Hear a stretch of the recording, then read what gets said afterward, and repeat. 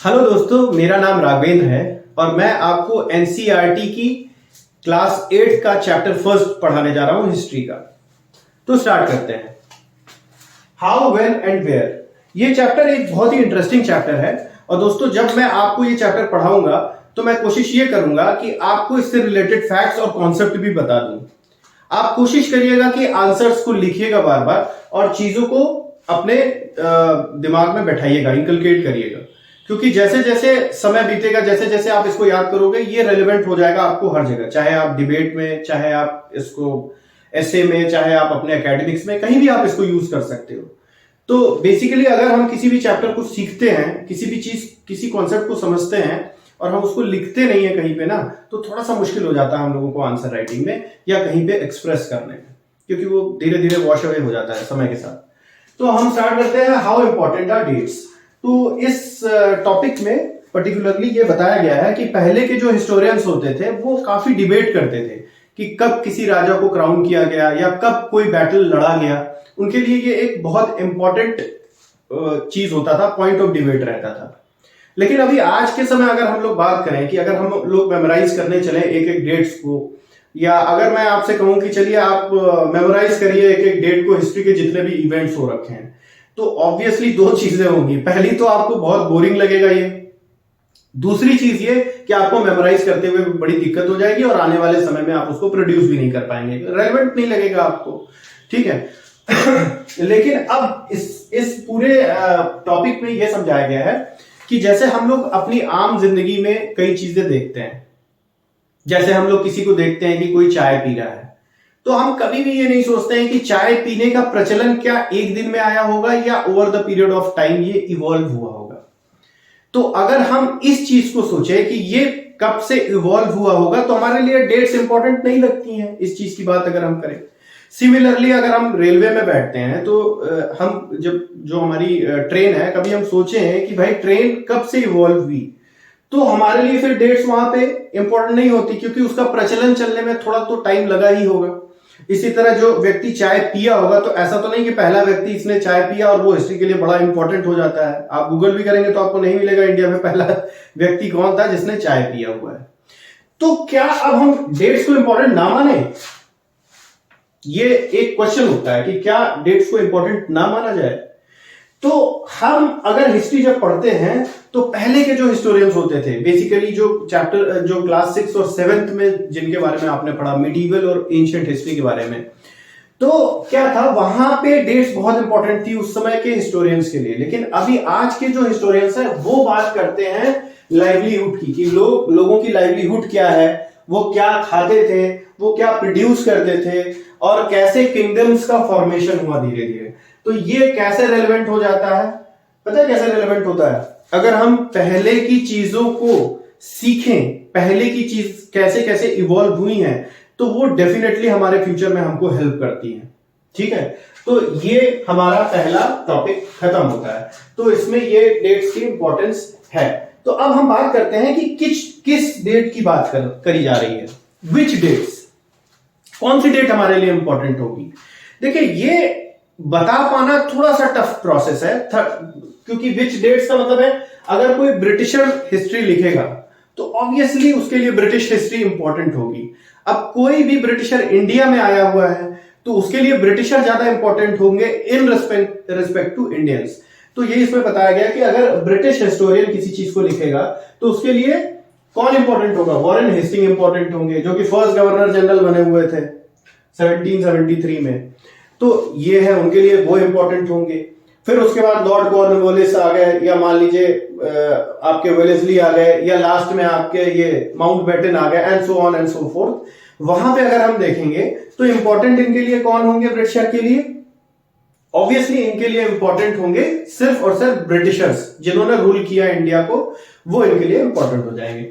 अब हम बात करेंगे, अगर कोई इंडियन हिस्टोरियन है वो अगर इनको लिखेगा तो उसके लिए जो इंडिजिनियस किंग्स हैं वो ज्यादा इंपॉर्टेंट होंगे। वो कब कब राज किए, कब से कब तक का उनका लास्ट राज चला, तो उनके लिए डेट्स वो इंपॉर्टेंट होंगी।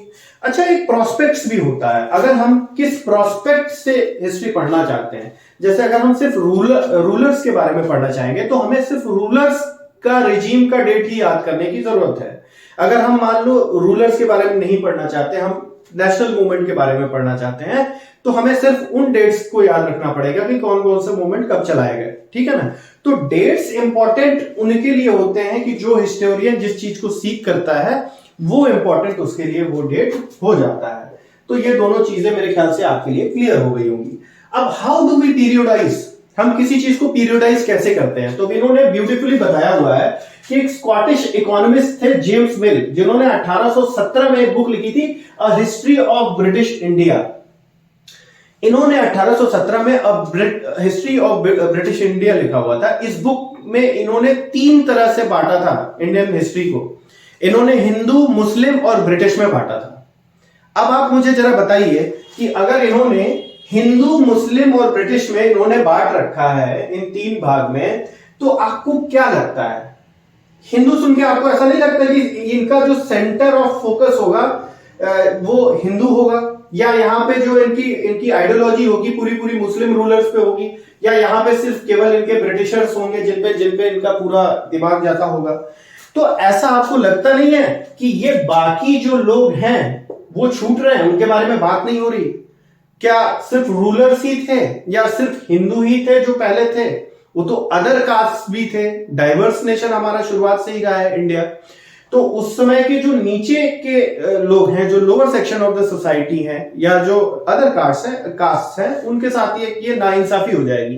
तो अगर हम पीरियोडाइज इस तरह से करेंगे तो भी ठीक नहीं रहेगा, क्योंकि अदर सेक्शन भी तो है जिनके बारे में बात होनी चाहिए। फॉर एग्जाम्पल, अगर मुस्लिम रूलर्स आए तो क्या हिंदू रूलर्स नहीं थे, या मतलब कि अदर कास्ट के वो नहीं थे? मतलब हर तरह के कास्ट के लोग थे वहां पे। तो क्या हम उनके बारे में बात ना करें? उनके बारे में भी तो हमारे लिए बहुत इंपॉर्टेंट है कि उनके बारे में भी पढ़ा जाए।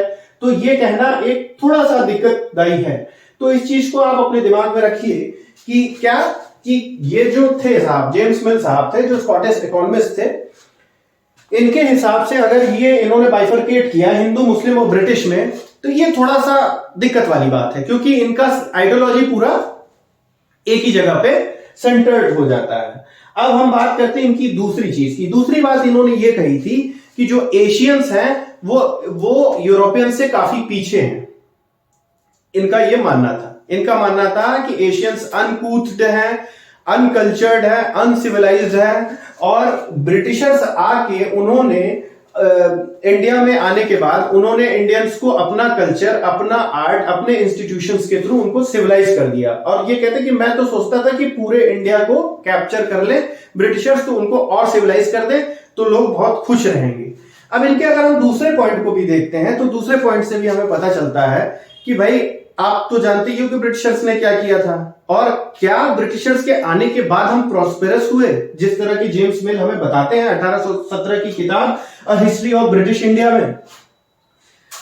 तो जो इनकी book a history of British India थी, उसमें इन्होंने ये सारी बातें बताई। लेकिन ये सारी बातें तो एक गलत बात साबित होती है। क्यों होती है? क्योंकि ब्रिटिशर्स के आने के बाद इंडिया की इकोनॉमी गिर गई, कई बार क्राइसिस आए, लोगों की वैल्यूज चले गए, लोग पॉवर्टी में ज्यादा चले गए, एब्जेक्ट पॉवर्टी में सबसे ज्यादा लोग गए। कई लोग काफी ऐसे साल भी रहे जिसमें कई लोग मर गए, और ब्रिटिशर्स ने कैसे उनको लूटा इंडियंस को, तो वो सारी चीजें हमें पता ही है। और ऑब्वियसली ब्रिटिशर्स से पहले हम एक प्रॉस्पेरस कंट्री थे, हमारा बहुत अच्छा ट्रेड चलता था, हम एक बहुत ही डेवलप्ड नेशन में आते थे, लोग हमें सोने की चिड़िया कहते थे, और लोग हमसे इंस्पायर होते थे इंडिया से। तो आप खुद सोचिए, ये जो जेम्स मिल साहब कहते हैं हिस्ट्री ऑफ ब्रिटिश इंडिया में, क्या आपको बात ये कहीं से सही लगती है? तो हम किस तरह से पीरियोडाइज करें? अब चलिए, इन्होंने एक दूसरा एग्जांपल दिया है। मान लीजिए कोई इंडियन हिस्टोरियन है। अब इंडियन हिस्टोरियन क्या करेगा? इंडियन हिस्टोरियन ने उसको एंशिएंट, मिडिवल और मॉडर्न में बांट रखा है। अब जो एंशिएंट, मिडिवल और मॉडर्न में जो बांट रखा है, तो अब इन्होंने थोड़ा सा एक एग्जांपल दिया है कि मॉडर्न हिस्ट्री का मतलब हम क्या समझते हैं।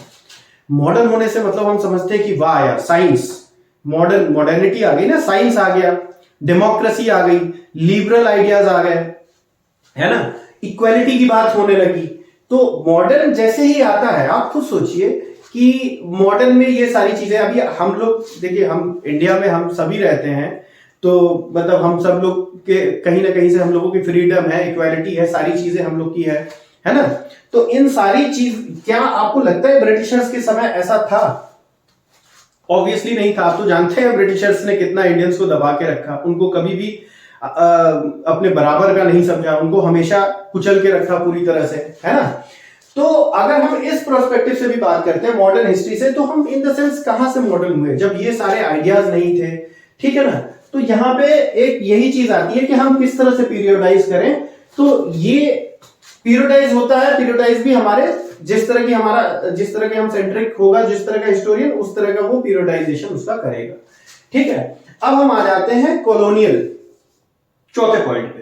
तो आई थिंक ये तीनों पॉइंट आपको समझ में आ गया होगा। इन तीनों पॉइंट्स में से मैं इंपॉर्टेंट चीजें एक बार फिर से आपको मेमोराइज करा देता हूं। इसमें ज्यादा कुछ खास था नहीं। विच डेट्स में आप Warren Hasting first governor general बने 1773 में। और एक और पॉइंट है आपको याद रखना है कि रॉबर्ट क्लाइव ने जेम्स रेनल को बताया था कि आप जो है इंडिया का मैप प्रिपेयर करिए।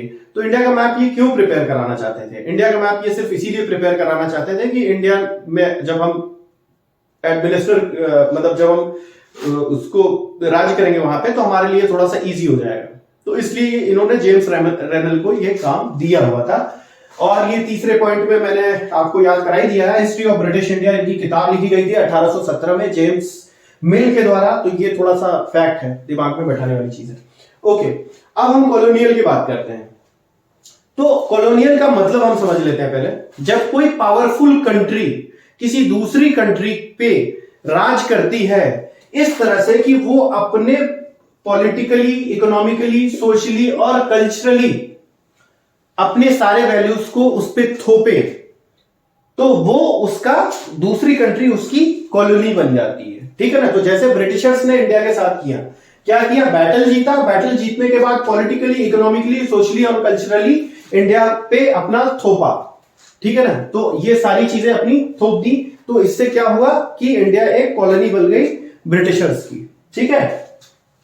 अब हम बात करते हैं एडमिनिस्ट्रेशन प्रोड्यूसेस रिकॉर्ड।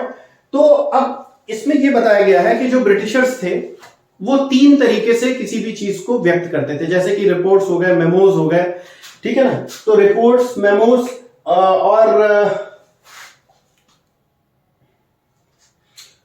और रिकॉर्ड्स में वो बना के रखते थे, ठीक है। तो अब क्या था कि अब ये ऐसा क्यों करते थे, ऐसा क्यों बनाते थे वो ब्रिटिशर्स? क्योंकि वो प्लान कर सके। मान लीजिए कोई रिकॉर्ड है उनके पास, तो वो फ्यूचर में क्या करेंगे, उसको प्लान करेंगे, उस पर पॉलिसी बना सकेंगे, उससे डिसीजन ले सकेंगे, उससे इन्वेस्टिगेशन कराना चाहे कोई अग्रीमेंट कर सकेंगे। तो ऑब्वियसली बात यह है कि अब जैसे कि आपकी बुक में दिया है कि वहां पे मतलब कहीं कोई रायट आ गया या कुछ आ गया, तो वहां पे ब्रिटिशर ने एक रिपोर्ट बना के दिया हुआ है, ठीक है। तो उस रिपोर्ट में वो प्रॉपर बताया गया है, एक ऑफिशियल ने दूसरे ऑफिशियल को मैसेज कन्वे किया है कि यहाँ पे सब कुछ ठीक चल रहा है। कहीं पे बताया गया यहाँ पे इतने जो है लोग हैं जो म्यूटिनियर्स हैं, इतने लोग हैं। तो ये सारी रिपोर्ट्स हैं, तो ब्रिटिशर्स ने उसको प्रिजर्व करके रखा हुआ है। तो वो ऐसा क्यों करते थे? देखिए, मैंने आपको शुरुआत में ही कहा था कि चीजों को लिखिए। लिखने से क्या होगा कि वो चीजें आपको आगे चल के बहुत काम आएंगी। ब्रिटिशर्स इसमें बड़े चालू थे, तो ये चीज तो हमें ब्रिटिशर्स की सीखनी चाहिए। वो लिखते थे, लिखने के बाद चीजों को रखते थे एज अ रिकॉर्ड बना के, उससे प्लान करते थे, पॉलिसी करते थे, डिसीजन बनाते थे, अग्रीमेंट करते थे। ये सारी चीजें वो करते थे और उसमें डिबेट भी करते थे, ठीक है ना। अब हम आते हैं सिक्स्थ पॉइंट पे, सर्वेस पे। तो सर्वे एक्चुअली किया क्यों जाता है, पहले हम ये जान लें। देखिए, आजकल के सर्वेज या जब से हम लोग आजाद हुए उसके बाद जितने भी सर्वेज हुए, वो सर्वेज बेसिकली इसलिए किए जाते हैं कि किसी भी कंट्री को सोशली इक्वल बनाया जाए या उस पर जो पॉलिसी मेकिंग हो वो सही से हो, है ना। लेकिन ब्रिटिशर्स जो सर्वे करते थे ना, उनका ये बिल्कुल भी मूड नहीं था। उनका पूरा मूड ये था कि वो इंडिया को रूल कैसे करें। वो इसीलिए इस तरह के सर्वे कराते थे। और उन्होंने कौन कौन से सर्वे करा रखे थे? उन्होंने जूलॉजिकल, आर्कियोलॉजिकल, एंथ्रोपोलॉजिकल और फॉरेस्ट, इस तरह के सारे सर्वे कराए थे। अब किसी भी जगह का फ्लोरा एंड फोना अगर आप जान लोगे या कहां पे कितना एग्रीकल्चर होता है, तभी तो आप वहां की जगह से टैक्स कितना लगाना है ये आपको पता चलेगा। तो वो चाहते थे कि अपना एडमिनिस्ट्रेशन इफेक्टिव रखें उस पर्टिकुलर जगह में। उनका जो एडमिनिस्ट्रेशन है वो इफेक्टिव होना चाहिए, इसलिए वो सर्वेस कराते थे जो ब्रिटिशर्स थे। अब ये लास्ट जो हमारा पॉइंट आता है, what official records do not tell. तो हमें ऑफिशियल रिकॉर्ड्स क्या नहीं बताते हैं। हमें ऑफिशियल रिकॉर्ड्स ये नहीं पता। अब आप खुद सोचिए, अगर कोई रिपोर्ट कोई ब्रिटिश वाला बनाएगा, ब्रिटिश का ऑफिसर बनाएगा, तो वो हमेशा इस बात को रखेगा कि हमारे लिए क्या सही रहेगा, हम कोई ऐसा नेगेटिव चीज ना बोले जो कि हमारे ब्रिटिशर्स के लिए गलत हो, तो उस तरह की वो रिपोर्ट बना के रखेगा। लेकिन उसमें क्या कॉमन लोगों के बारे में वो लिखेगा या उनके बारे में बातें पता चलेगी? बिल्कुल नहीं। जैसे कि कोई पिलग्रिम है या कोई ट्रेडर है ना, या फिर कोई लोअर सेक्शन ऑफ सोसाइटी है, उनके बारे में किसी भी रिपोर्ट में आपको नहीं पता चलेगी। तो वही बेसिकली इसमें बताया गया है, what official record do not tell us. तो अनऑफिशियली जितने भी थे, तो जितने भी ट्रैवलर्स थे, ट्रेडर्स थे, सामंत थे, इन सबका खुद का जो है वो आपको न्यूज के थ्रू ही मिलता था। लेकिन अगर हम ऑफिशियल रिकॉर्ड्स की बात करें तो ऑफिशियल रिकॉर्ड्स में ये सारी चीजें आपको नहीं मिलती थी। अब हम थोड़ा सा क्वेश्चन एंड आंसर पे आ जाते हैं।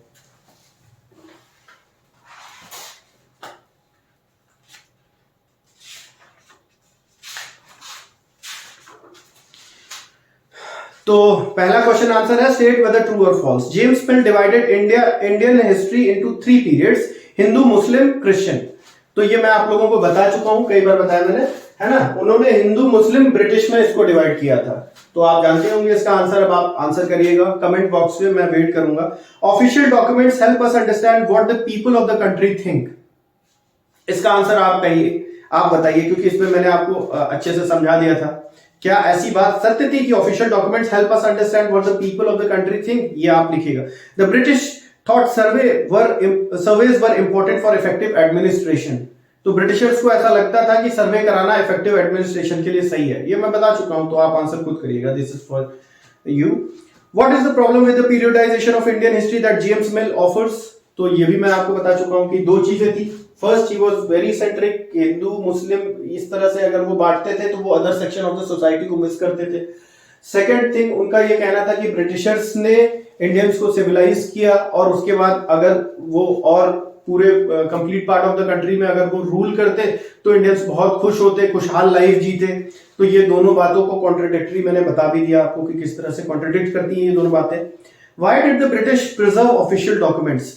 तो ये भी बात मैंने आप लोगों को बताया। Just because of this preservation of the official documents, क्या था? प्लान बनाने के लिए, policy, decision, agreement, investigation and things, so that the things could be studied and debated. तो ये आप अपना आंसर सिंपली लिख सकते हो उसमें, है ना। अब ये लास्ट क्वेश्चन है आपका, how will the information historians get from old newspaper be different from that in police reports? ठीक है, तो किस तरह से वो डिफरेंट होंगी, तो ये भी चीजें मैं आपको बता चुका हूं। ऑफिशियल रिकॉर्ड्स क्या हमको नहीं बताते हैं, ये सारी चीजें मैंने डिस्कस कर ली हैं। ठीक है। Can you think of example of surveys in your world today? Think about how toy companies get information about. तो ये आपके लिए एक होमवर्क है, ये आप करिए।